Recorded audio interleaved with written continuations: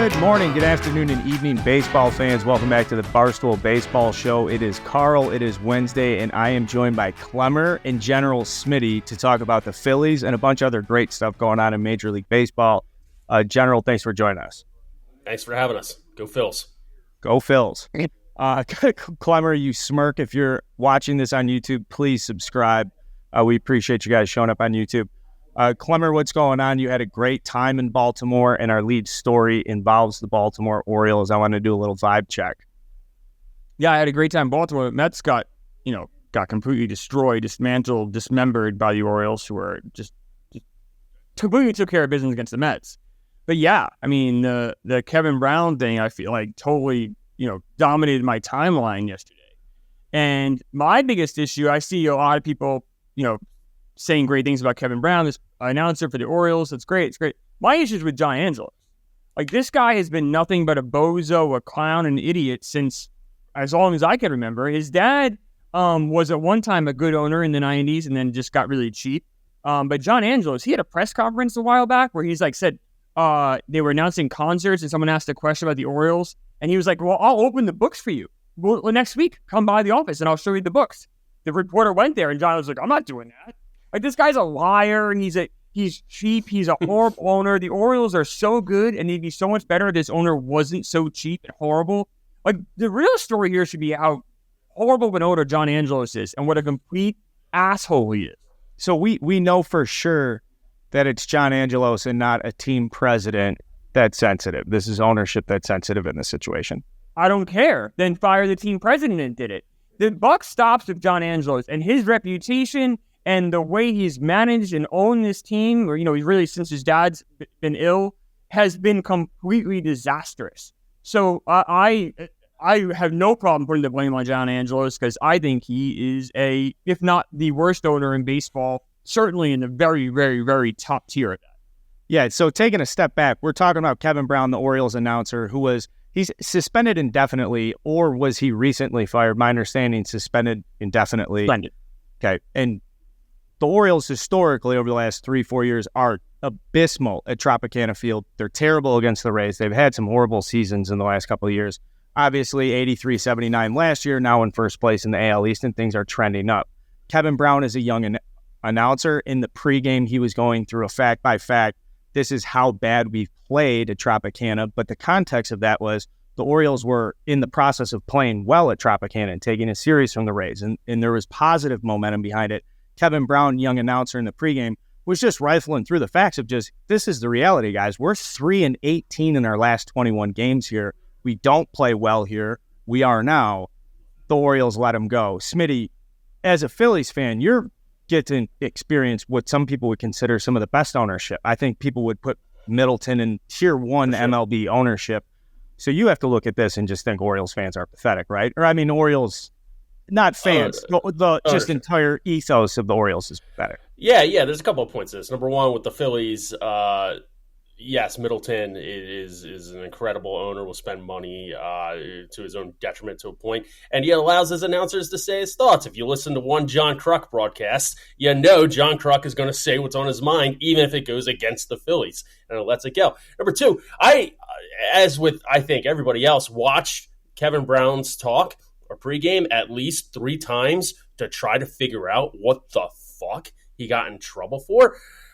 At the end, without even looking it up, I thought it was like the tropical depression graphic. I thought it was like somehow being insensitive to Florida weather or some shit.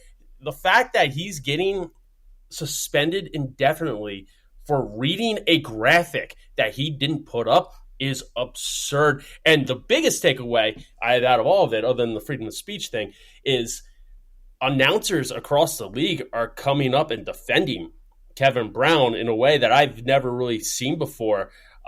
Tom McCarthy is the announcer for the Phillies, and he, unlike John Kruk, plays everything pretty he's like cornbread. He just says stuff and it doesn't offend anybody. He came out with a quote tweet that really surprised me, defending Kevin Brown and going after the actions of the Orioles. So it's kind of cool to see some camaraderie among the announcers and media out there, but this shouldn't even be a story. Why? Why would you suspend him indefinitely unless there's something that I haven't seen? It's so bizarre. And the Orioles being a complete dog shit franchise for a couple of years is not a secret. They did it intentionally. They were tanking. They lost 115 games one year, 108 another year, 110 another year. They were losing on, not putting their best foot forward to try to get good draft picks, which they've now turned into amazing players. It's all part of the plan. That's why, it's not a surprise. None of this is new news. It's bewildering. It's shocking, but it just shows you the real person John Angelos is. The thin-skinned, he's everything an owner shouldn't be. And you're right, Smitty. The Phillies have great ownership, and it must be frustrating for Orioles fans to see that so close by. Great ownership in Philadelphia. You can say Steve Cohen, made some errors as far as the players they've accumulated, but you can't judge him for not trying, and you also can't judge him for not allowing Gary Cohen and those guys to speak their mind, Keith Hernandez and Ron Darling. This is bad for baseball, and Rob Manfred should really step in, and I hope he's talking to John Angelos and saying, "What are you doing?" I hope that Theo Epstein or whoever's in charge of the MLB is having these calls with John Angelos. I hope other owners are calling him and saying, "This is bad for all of us. What's wrong?" It's a phenomenal take that the league should step in. Normally, they would never meddle with a team's personnel stuff, but this is such a bad look for the league at a time when the league, really is thriving. The trade deadline, so much positive buzz. I sincerely think that 2023 has been as positive of a season for baseball that I can remember, and as long as I can remember, at least as a regular season. Especially in Baltimore. Shout out pitch clock. Shout out pitch clock, indeed. This is so sad. I was just in Baltimore this weekend.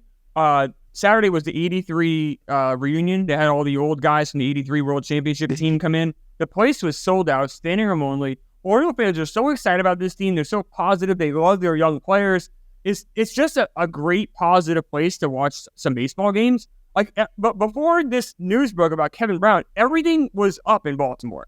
And then John Angelos just shoots himself in the foot. That's not what we should be talking about Baltimore. We should be talking about Gunnar Henderson, probably going to win Rookie of the Year now. Their pitching staff's coming together, how great their hitting is, and how much fun and exciting they are to watch, that great bullpen. But no, of course, we're talking about an announcer. It's sad shit. It is pathetic, sad shit.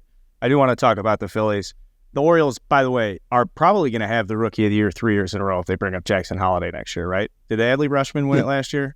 That's something to consider. Go back to the history books and figure out when the last time a team had 3 straight Rookie of the Years. Oh, the Dodgers. Dodgers had 4, right? You had Karros, Piazza, Mondesi, and Hollinsworth. And Novo, 5. 5 in a row they had. And they did it in the 70s too, as well. That's incredible. And they didn't. Did they make the playoffs in the 90s? They did. They made it in 95 and 96. They lost in the first round both times, I think. Yeah. I'm going by memory there. But they also did it in the 70s, which led to that 81 World Series. They had Fernando Valenzuela. I believe Rick Sutcliffe won Rookie of the Year.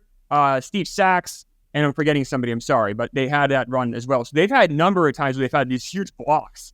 And it is a great way to build a franchise. Think about those 90 Dodgers, too. You had, Ismael Valdez, and you can go through it. It is pretty impressive that they never actually, got past the first round. I like it when you go in on your post-Eisenhower baseball knowledge. There you go. Once in a while.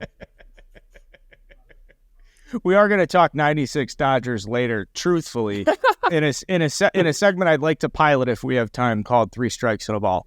But for now, we're going to talk about the Phillies. We've got Smitty here on purpose. And on the general basis for the Phillies, Smitty, is I'd like to get your reaction to them being 8th in our power rankings this week. We have the Dodgers, Braves, Orioles, Rangers, Rays ahead of them. But do you like the Phillies 8th in the power rankings? I think the Phillies are better equipped, and I said this at the beginning of the season, they're better equipped to win the World Series than they are to make the playoffs, specifically to beat the Braves in the NL East. They play stupid baseball at times. They struggle at times, especially in the lineup with their heavy hitters, specifically the Trey Turner, obviously, and Kyle Schwarber.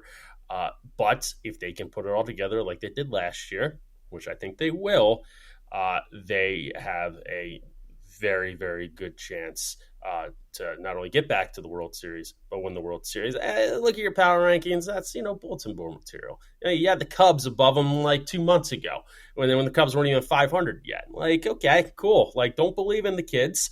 And pretty soon they'll bring back dancing on their own. Actually, they already did. And they'll run through the playoffs again. They shouldn't have any problem making the wild card.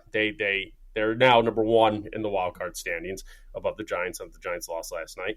And, once they get in, their pitching staff with Lorenzen there, they have a 6-man rotation right now, which is just going to save Wheeler and Nola's arms. Ranger Suarez is pitching today again. He's been coming back together. Taijuan Walker is frustrating at times, but he's also leading the league in wins. And Lorenzen just had an all-star start for his first appearance with the Phillies last week. And Christopher Sanchez probably going to move into the long arm bullpen guy, but he's a serviceable starter at 5. And you look at the bullpen, Jose Alvarado isn't even back yet. And you got Craig Kimbrell just, for whatever reason, being a very, very, very good closer again, extraordinarily efficient. Sir Anthony Dominguez, once he figures it out, will be fine. Soto is scary as shit, but he can easily pitch an immaculate inning at will if he wants. And from top to bottom, other than maybe like one guy in the bullpen there, they could have the best pitching staff in baseball. And that's what's going to win you games in the postseason. And it's tough to argue against that. They have the best. They have maybe the deepest. Houston has a better rotation than they do. I said it's arguable. It's arguable. You can put them in the conversation. Yeah, I probably would, especially for the regular season. I think the playoffs might be a little different. It's funny, you said that. Like, when the season began, I agree with you. That team was better, the pitching especially is better lined up for the postseason than the regular season. But I feel like with the Lorenzen deal, Taijuan Walker kind of leveling up a little bit this year. I feel like they're almost better for the regular season. And I feel like also Wheeler and Nola took a little step back. I feel like they're almost better built for the regular season than the postseason. I completely agree. They're going to make the playoffs. They're the best team. If look at those wild card competitors, you have the Giants who are solid. I think the Phillies are a better roster. And then everyone competing with them, I feel like, maybe except for the Padres, the Phillies have the most talent. The Padres can't get out of their own way, though. The Phillies are much more efficient ball club. I don't think you have an easy road to the World Series. I mean, you have the Braves who are completely... I mean, the Braves are so terrifying with what they can do offensively, especially, that it's not easy. But I put the Phillies... I think the Phillies have a chance. If the Braves... this time last year, I would have said the Dodgers are going to waltz into the World Series.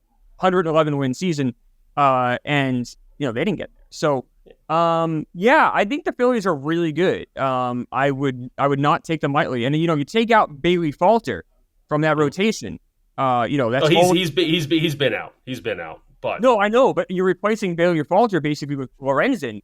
That's a huge upgrade. And if you take away Falter's starts, 0-7, suddenly the Phillies are 61-44, and that's pretty fucking good. So I know it's a lot of ifs, ands, or buts, but I'm just saying the talent the Phillies have right now, the 1 through 26, is really good, and they're healthy. And we just need Harper's power to really come back, and then this team can be really scary. Yeah, his second half slug has been outstanding. He did have a dip. He's been back now about 70 games, but you've seen it now in the second half where his slugging percentage is really starting to trend up and get back to where we're seeing Bryce Harper's, who we understand him to be.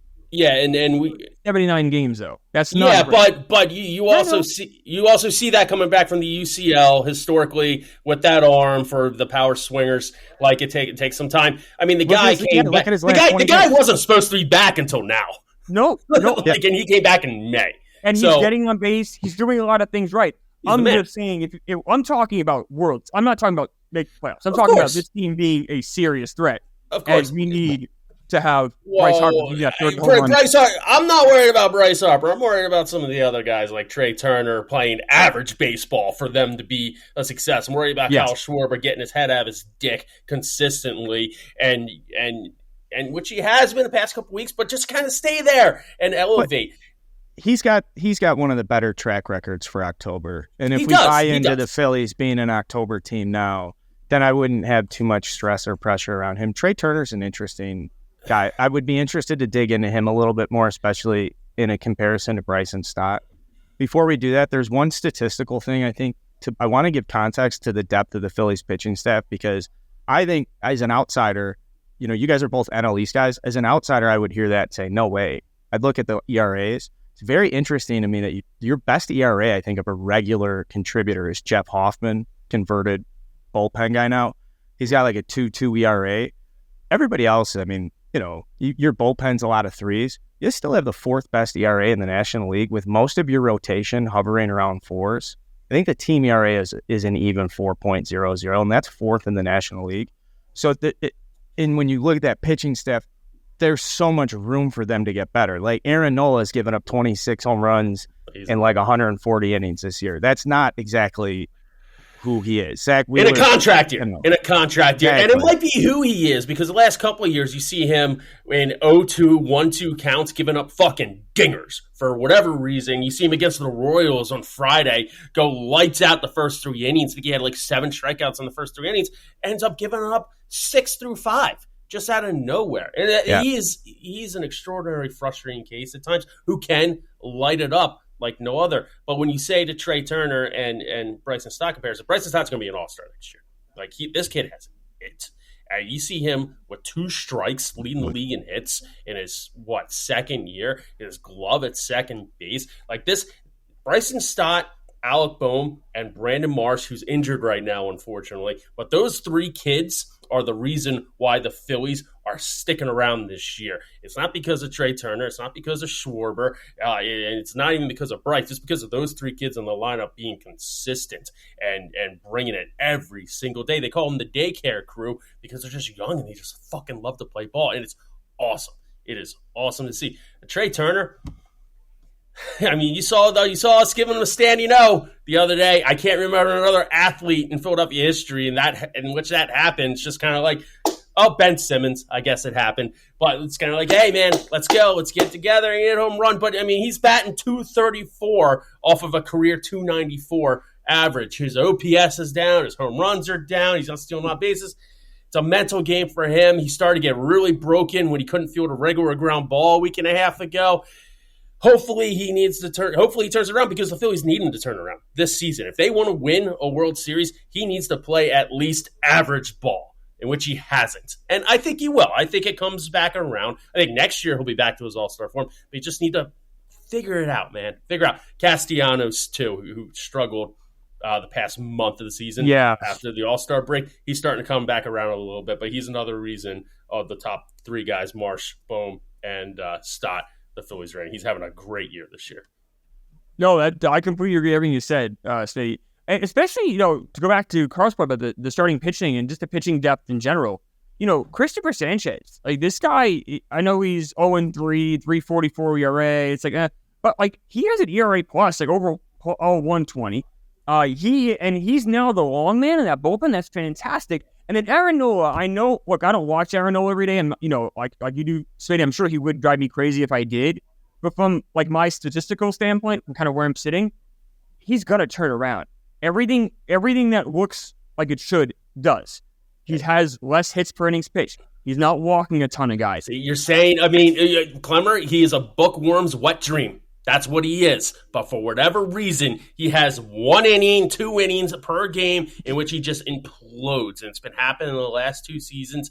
And especially during a contract year, I feel bad for him because he's going to need to come out with that shutout ace shit from now until the play. The dude had the last 2 starts against the Royals and some other shit team a week and a half ago, and he's living up like 5 or 6 runs in 5-6 innings. He'll eat innings along with everybody else's staff. I think it's one of the most underrated parts of this pitching staff, top to bottom. They eat fucking innings. Them and the Astros had the most inning pitched out of their starters last year. I think it's the same again this year. They just go 5, 6, sometimes 7, literally every single starts, and that's what's keeping them afloat. But Aaron Nola has got to just figure it out, and it's frustrating because around here, for the amount of time that he's pitched, I mean, he's coming up on all-time leading stats for pitchers. That's how long he's been here. About 5-6 years now. You saw with Cole Hamels, and Cole Hamels turned over a leaf one year and just became a Cy Young dominant worthy pitcher, especially in the playoffs. We've always been waiting for that ace to come out of Aaron Nola and be consistent. It just hasn't happened. It just hasn't happened. We I see still believe it. in the We player, see the though. potential. I still believe in him. I believe in this player. I know, and I said it's also, I don't have to watch him every day. It's not my favorite team, so it's not going to drive me crazy. But I would not want, if I'm in the playoffs, I do not want to see I'm facing Aaron Nola today, because I really believe in his stuff. I really believe in the player, and if him and Wheeler can kind of step up to kind of what they did a little bit last year in those playoffs, and then you mix in a guy like Lorenzen, you guys might be, and the three kids you talked about in that lineup, you might be a more dangerous team than you were going to the playoffs last year. Oh, for sure, they're more dangerous than they were last year and more talented. And Wheeler's back on his lockdown shit. Wheeler's the ace of the staff by far. Yeah. It's just Nola. I mean, he has the stuff. He just has to. He's got to bring it. I got to take on Nola. I got to take Nola's stuff is a little too old school, but not old school. It's like too bad he wasn't pitching 10 years ago. The evolution that hitters have taken in their swings and preparation and the launch angle and the commitment has come from this combating stuff down in the zone, sinkers down in the zone, sinker, slider, change piece. And so what you've seen is the evolution of the sweeper, four seams at the top of the zone. The four seam at the top of the zone was not a thing for a long time. Only you'd see Clemens and obviously big strikeout guys would pitch at the top of the zone. But historically speaking, when Aaron Nola was coming up into the big leagues, going back to his days at LSU, the concept of having a dynamite two-seam sinker and then a dynamite cutter slider, which would take both sides of the plate, that was the progression path, and that's how he got into the big leagues. If you look early in his career, his ground ball rate's tremendous. Hitters collectively over the last decade have completely evolved away and against to combat like down in the zone, action down, sinker down, slider down, cutter down, which is part of the reason you've seen this like home run spurt. Now there's going to be stuff I'm sure that comes out later, again, balls on equipment, but I'm saying from an overall philosophy, and if I had to pick one pitcher in baseball that I think when I go out and I see him, I'm like, man, that's a guy from fucking early 2000s, from the 90s. Like Aaron Nola is that guy, sinker, slider down in the zone. And I don't know how much he has adopted the four seam up and how much he can chase his velocity into the mid upper 90s. Like he's always going to be a 93, 94 guy, right? Yeah, but and you see it with two strikes. He sometimes tries to blow it by him, and that really hurts him. Yeah, he does not have he does not have like a wipeout pitch, or if there was some way where he could come back. His changeup when it's on can be fucking deadly. But I wonder how a guy like Derek Lowe would have done now, because he was so reliant on that sinker. He'd throw a sinker every fucking pitch, and he had a nice career in the majors. He obviously won the World Series at Boston, but he pitched the Dodgers for a while. Like he had a nice career, but I wonder if he would have been in trouble if he pitched in 2023. That would be the number one person I could pick from that era to come out and see what it would look like. A great person's brain to pick on it too would be Dan Herron. I should push that back to Big Head and see if we could talk to Dan Herron about like how he thinks he would fare throwing 89 right now sinkers into these barrels. But that's just a completely subjective thing. That's just what I see. I test stuff. I know Clemmer in the weeds looking at the statistics, and obviously Smitty, you watching Aaron Nola and the Phillies. Now, you address this generally too, Smitty. Thank you for saying, because one of the questions I had is, do you think this Phillies team right now is better than last year's team that went to the World Series? If they played each other in a 7-game series? For sure. You just see it talent-wise. You drop Segura, you bring on Trey Turner. Segura doesn't have a team right now, so that's the Trey's been struggling. That's definitely an addition. The biggest thing is losing Reese. Obviously hurts, and that's something I wish they kind of addressed in the trade deadline. They didn't get a one more bat specifically that could play left field. They're worrying guy like it was Teoscar Hernandez, like maybe Tyler O'Neill, like so it's just somebody out there. And I think Dombrowski tried. I'm sure he did. Especially now that Brandon Marsh is hurt and you got Jake Cave. He's kind of being forced to play every day. Jake Cave, I'm sure he's a good guy. He's not an everyday player on a World Series baseball team. But that being said, Brandon Marsh injury of his knee isn't looking too bad. Hopefully he'll be out like a week or two. He'll be back. They got this young kid, Johan Rojas, who is Gary Maddox, Kenny Lofton, Bo Jackson in center field combined. He's unbelievable defensively. His first game. Yeah. Unbelievable defensive play. No, he's an interesting player to watch for sure. He's a speed demon, Yeah. and he's been doing okay at the plate. So we'll see about that. And you never know. Maybe Reese could pull a Schwarber and come back. That would be insane. And Philly would go nuts for it. And Oh yeah. Bryce Harper had some good comments too, just to package this up about how he wishes he had started his career at Philly, how much he loves the fandom at Philly. So it's been a cool thing to see Phillies fans. When Bryce Harper signed with Philadelphia as an outsider, I was like, who the fuck would go 13 years? Those people turn on everybody. So it's been cool to see, the way you guys have embraced. That might go down as one of the greatest contracts of all time in sports. Seriously, he is so underpaid right now. They obviously need to win one, but he is very underpaid right now compared to when that contract was signed. You go through some of the great free agent signings of the century, right? And Max Scherzer is probably number one. Randy Johnson signed with the Diamondbacks in '98, so it doesn't count. But you go through the list, and gotta say Bryce Harper is up there in that list as far as someone who's a contract that I think will age pretty well, and then someone who just in the length of the contract so far has really produced. We talked about Brandon Marsh, bad knee. He'll be back.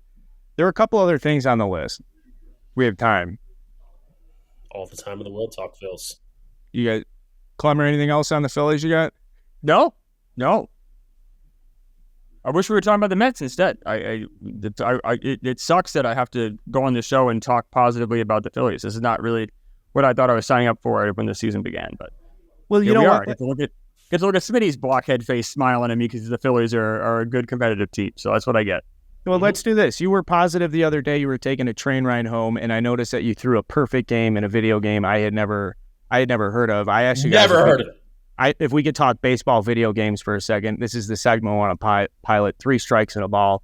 I picked out 3 of my favorite baseball video games and then 1 baseball video game that I think sucks.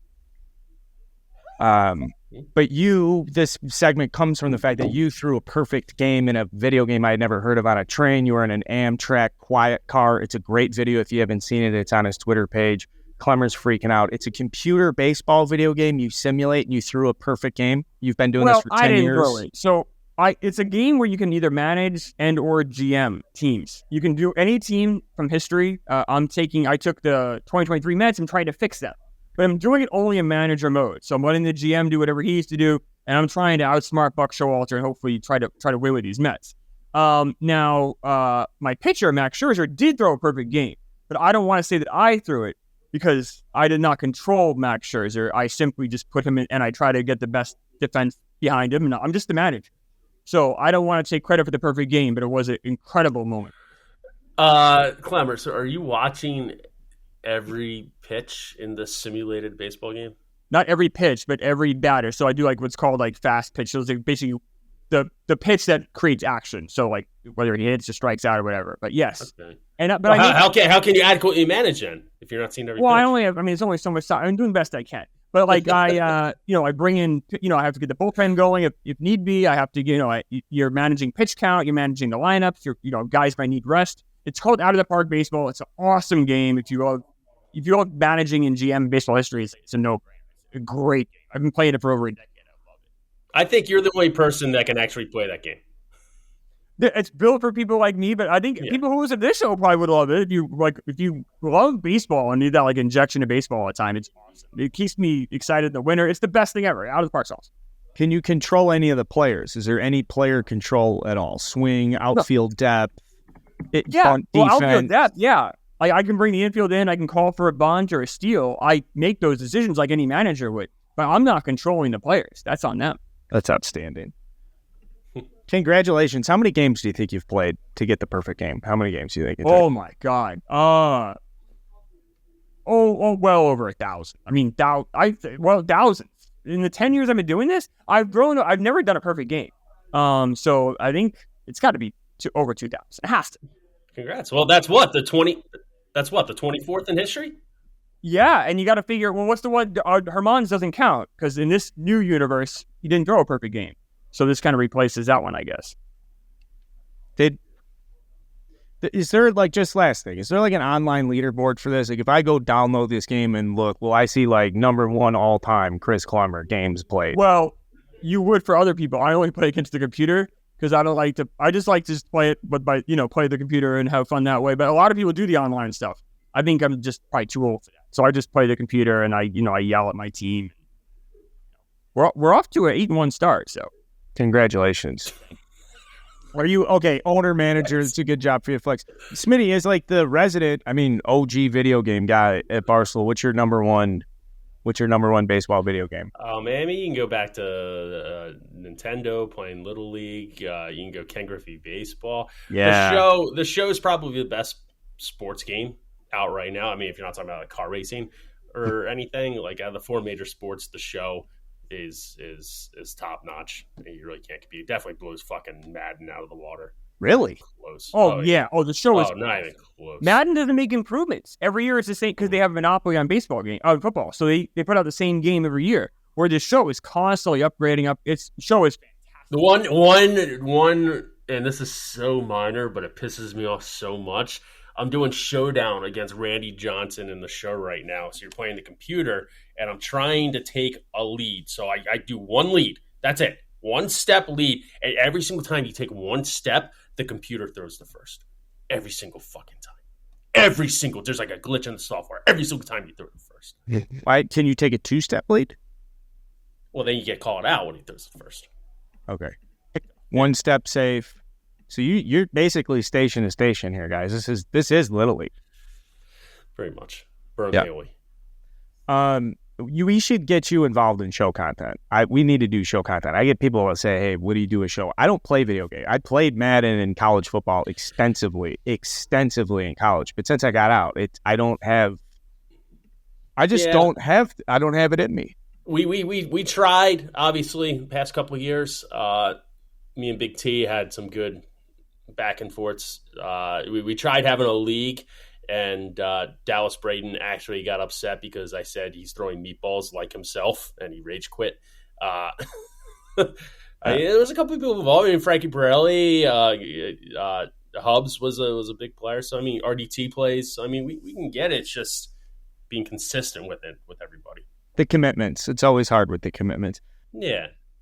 And good luck selling that. I have 3, all 3 different systems.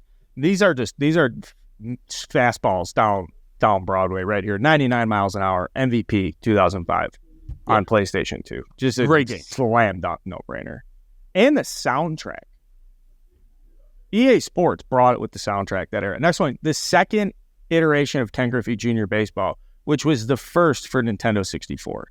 The first one on Nintendo 64, not the second one. Clemmer's rolling his eyes. The first original Ken Griffey was on Super Nintendo, and that one sucked. No, it didn't at the time. When it came out, it was awesome. Like, it was awesome. Maybe 93, 94. I was in junior high. That was, like, for its time, was incredible. I love the old Ken Griffey Jr. on Super Nintendo. You play Super it now. Change? Yeah, Super Change, 63 miles an hour. But when they went to N64, that was awesome because I would just always play the Rays on exhibition mode. And then the last one, RBI Baseball on NES, is, to me, the best of all time. It's just the best. Yeah. You can't go wrong on any of those selections. I used to play a game called Tony La Russa Baseball in the 90s, and you could, like, manage teams and stuff, and it was for Sega Genesis. And that was, like, really fun. That was the first game I remember we had to get the bullpen warmed up. So you couldn't bring in a pitcher cold. You actually had to, like, warm up, and you had to do that strategy. That was so much fun. There's also a computer game, Earl Weaver Baseball, which was a fun one as well. Oh, God. What year was that? 1986? It came out in the late 80s, yeah. Yeah, it was a fun game, though. Yeah. Tony La Russa Baseball. Fun tip about Tony La Russa Baseball, it's kind of like Game Genie. If you crack open and do an entire case race before you do Tony La Russa Baseball, his team's amplified by 100. Really? Yeah. Just don't fall asleep in any red lights. Hey, right. baseball fight wise, I also asked you guys for baseball fighting purposes because we talked to Tim Anderson. Obviously, this news is tragic. He's going off on Twitter. Absolutely going off. Is he all there? He doesn't seem all there. He's been through a lot, He's been through a lot. He grew up without his father and his best friend got murdered and a lot of public stuff. He's been through a lot of shit. Yeah, he's been through a lot of shit. I was not aware of that. He left time early in his baseball career, had made it clear early in his baseball career when he was struggling, and then he got very hot that he had gone and got mental health help and had sought people out to help him. I personally do. I cheer for Tim Anderson. This fight is this hard to defend because obviously it just got absolutely rocked, carried off the field. And so when we talked, I had said on the Power Ranking show, I'm like, I think this is the best sports knockout I can remember. I was wrong. I went put together some good fights.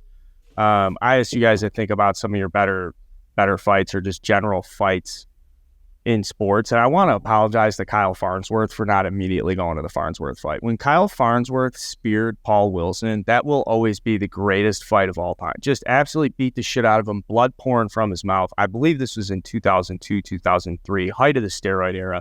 Kyle Farnsworth, a 48th, maybe an undrafted free agent out of nowhere who presumably lifted enough weights to throw 100 miles an hour. He was all fucking jacked up. He was a black belt in jiu-jitsu and all this other crazy martial arts shit. Paul Wilson stared at him and he beat the absolute fucking shit out of him. That's all it took. And Which is amazing because in baseball fights you usually only get like one or two punches before you get ganged up on and starts getting broken up. There's not a lot of time to really kick the shit out of somebody if you can't do it in the first punch or two. No. Clemmer, did you have a knockout that you could recall since we brought this up? Is there a fight that I'd missed? There's a fight, they're not a knockout, but a fight that was the one I always kind of go to. It's the Eric Davis versus Ray Knight in 86. So Eric Davis goes into third base. Ray Knight was a Golden Gloves boxer. So you see him square, he knows what he's doing, and he lands a punch on Eric Davis, who's built like me. He's like this scrawny guy. But Eric Davis is such a great athlete and so strong. He took the punch from a Golden Gloves boxer. And then all of a sudden, Kevin Mitchell comes out of nowhere, who was in gangs and like had a very dark past. And he's over there and he's fighting the entire Reds team. And you just look at, and then Gary Carter's throwing guys to the ground. Pete Rose is the manager.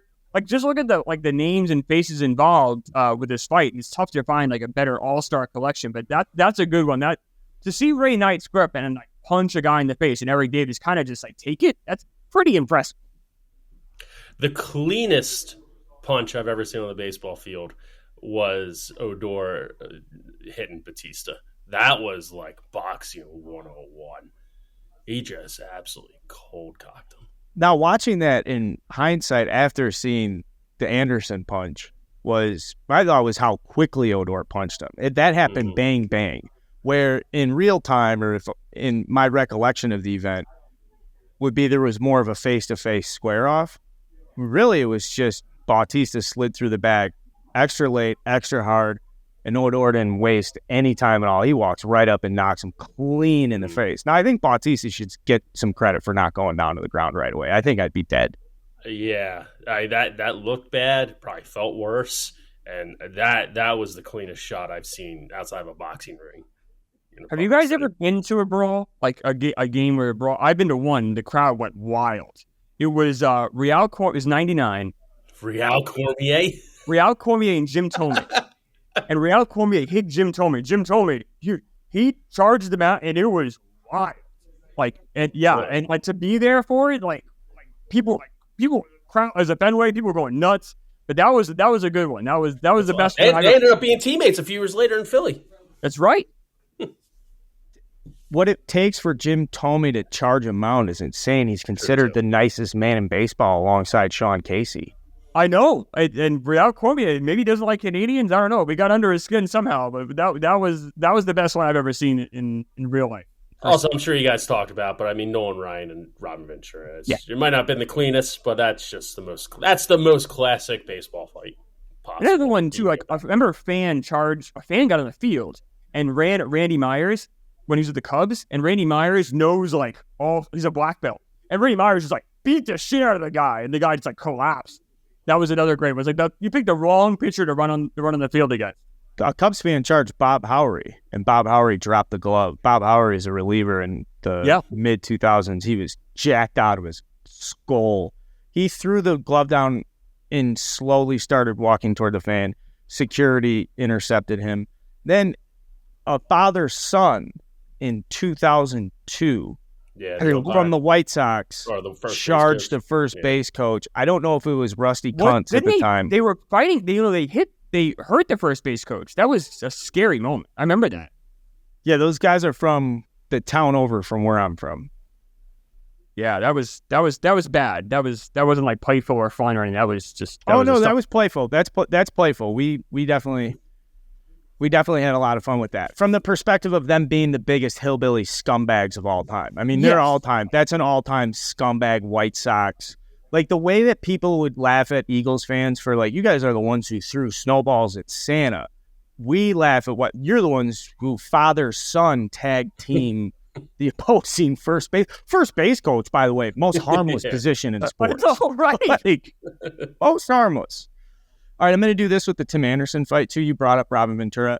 That was brought up in context of the Tim Anderson, in the way that people are like, Robin Ventura, you don't remember him as hitting 300 home runs and playing outstanding third base and this amazing prospect and 50 wins above replacement. This is what Cassavani is saying. You remember Robin Ventura for getting put in a headlock and spanked around by Nolan Ryan. I mean, generally, that's the meme. That's the meme with him. Tim Anderson is a meme, no matter what. He won a batting title. He's an all-star.